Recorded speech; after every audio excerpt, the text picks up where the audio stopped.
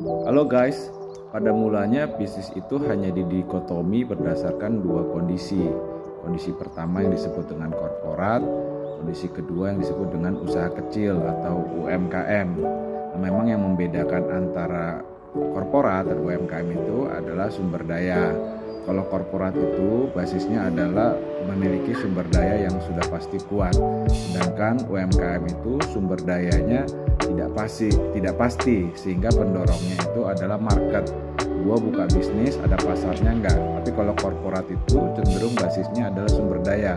Gua punya macam-macam nih, gue bisa buka usaha enggak. Nah, pemilihannya ada di dua itu, tapi dalam perjalanan muncul yang namanya teman-teman startup.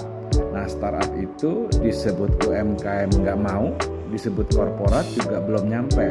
Nah, karena banyak startup itu dimulai dari garasi mobil dan sebagainya, sehingga sumber dayanya sedikit. Nah, memang yang membedakan startup dengan UMKM itu sendiri adalah kalau startup itu adalah go domination, melakukan dominasi pada akhirnya.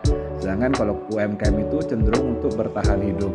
Sedangkan kalau korporat itu berorientasi adalah stabilitas ya.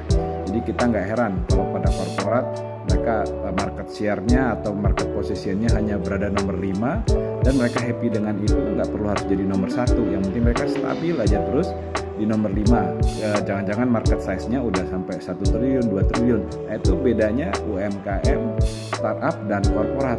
Tapi pada akhirnya muncul satu karakteristik usaha yang disebut dengan IDE, Innovation Drive Entrepreneurship. Nah, IDE ini disebut UMKM juga tentu nggak mau, disebut korporat juga belum nyampe, dan sekali lagi disebut sebagai startup dia juga bukan, karena kalau startup itu basis usahanya adalah melakukan growth game, go domination, sedangkan kalau IDE ini dia tentu butuh growth tapi tidak segila-gilaan startup, dan dia juga berorientasi ke atas profit, tetapi yang menjadi pendorongnya dari IDE ini adalah inovasi.